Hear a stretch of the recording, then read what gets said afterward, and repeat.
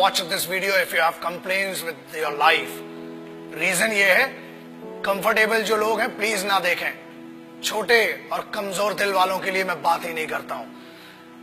See, generally now youngsters, youth or anybody in this country, especially Bharat में बड़ी शिकायतें आई हैं कि यार हमें ये नहीं मिल रहा, वो नहीं मिल रहा, हमारे पास कंफर्टेबल लाइफ नहीं है. What do you know about the problems? The guys, those who face the highest trouble and the biggest problems of this country, the least paid by the government, but has the biggest pride to be called the soldiers of this country and soldiers of Indian armed forces. मैं उन सिपाहियों की बात कर रहा हूं. Example, जब ये वीडियो देख रहे हो ना, तब हजारों लोग वहां सियाचिन ग्लेशियर में, शायद आधों को तो नक्शा भी नहीं पता होगा, सैन फ्रांसिस्को ऐसा बता देते हैं मैप पे आजकल बच्चे. You can not live without the chatting or WhatsApp or Facebook messaging or texting for half an hour or 1 hour. मैं उन सिपाहियों की बात कर रहा हूं जो ग्लेशियर में रहते हैं. 8G, 10G, 4G, 8G सब इधर चलता है दोस्त. वहां कोई जी नहीं होता है. वहां पर सिर्फ गालियां सुनाई देती हैं उस साइड से, और यहां से खड़े होके भारत माता के लिए खड़े हुए. Remember one thing, they are not there. They are not fighting for this country only because they hate the enemy. वो इस देश में रहने वाले लोगों से बहुत मोहब्बत करते हैं, इसलिए वो वहां पर है. They are not there for the payment which is given to them. They are not there for the privileges which are not given to them. Privileges are given to you. The facilities are given to you. फिर भी इतनी complains. अरे पानी गिर गया, हम college नहीं जा पाएंगे, ये हो गया. बहुत कंप्लेन्स है माँ बाप से इन बच्चों को. Remember that. दोस्त कंप्लेन करने के लिए बहुत लोग हैं, लेकिन वो कंप्लेन नहीं करते हैं. क्यों नहीं करते हैं? Because they are fighting for this land, they are fighting for this country, they are fighting for that emotion of freedom. They are fighting for that emotion which belongs to you, which doesn't belong to them. वो एक sense of responsibility, sense of security आपको देने के लिए वो रात भर खून में खड़े हुए हैं. आप बात करते हो -50 जनरल टेम्परेचर है सियाचिन ग्लेशियर का. -50 जनरल. जब आप ये वीडियो देख रहे हैं, हजारों सिपाही आज भी अपने खून को सुखाकर वहां पर लड़ रहे हैं. They cock up their rifles, they write their last letters to their families, और उसके बाद एक दूसरे की नजरों में इसलिए देखते हैं कि मेरे यार ये नहीं पता कि कल मैं तेरे साथ बैठकर खाना खा पाऊंगा कि नहीं.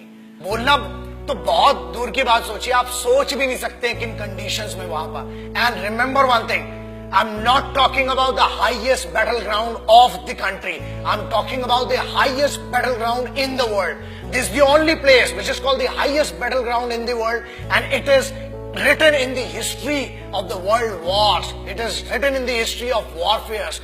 जहां लोग श्वास नहीं ले सकते ना, लोग कहते हैं कि हमने 50 या 500 मीटर की दूरी पर या ऊंचाई पर लड़ा है. ये हजारों मीटर की ऊंचाई पर है, जहां सांस नहीं आती है, दिखाई नहीं देता है. वहां पर भी वो सिर्फ जज्बा है जो जिंदा रखता है लड़ने के लिए और इस देश की रिस्पेक्ट के लिए.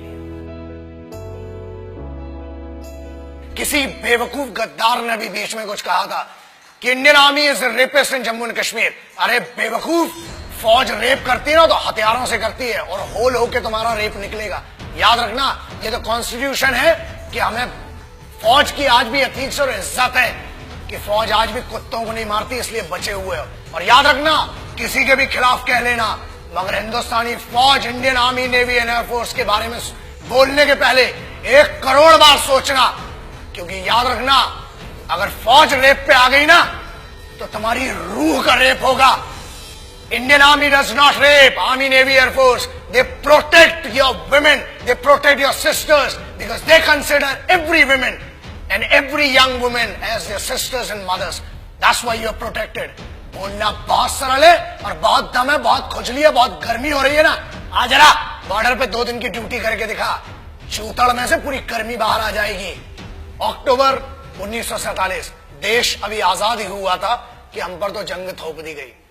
But who did that? Let's talk about that. I'm talking about first unit of Sikhs, the first battalion of Sikh, one of the most elite, one of the most respected and decorated regiment of the Indian Army, called the Sikh Regiment. And this is a wonderful story. The guys whom I'm talking about, the finest warriors, the finest Khalsa warriors. वो खालसे थे जिन्हें airlift किया गया था 1947 में, जब लश्कर troops ने attack किया था हमारे ऊपर, and they were the guys which were leaded by a Muslim commanding officer. That makes me feel that pride of being an Indian. एक ऐसी सिखों की पूरी पलटन जिसे एक मुस्लिम कमांडिंग ऑफिसर ने लीड किया, and this has gone in the history of Wars. दुनिया में कभी भी इतना खतरनाक ऑपरेशन नहीं हुआ, और उस सिख रेजिमेंट ने they protected the guys. And whom did they protect? The bigger question is that. याद रखिए, फौज कभी ये नहीं पूछती, और ना ही उनने 1947 अक्टूबर में पूछा कि हम हिंदुओं को बचा रहे हैं कि मुसलमानों को, कि सिखों को, कि ईसाइयों को. हम हर उस इंसान को बचा रहे हैं जो भारत में पैदा हुआ है, जो एक हिंदुस्तानी है, जो एक भारतीय है. I am talking about the organisation which in none of the cases can be called corrupt or can be called manipulated organization.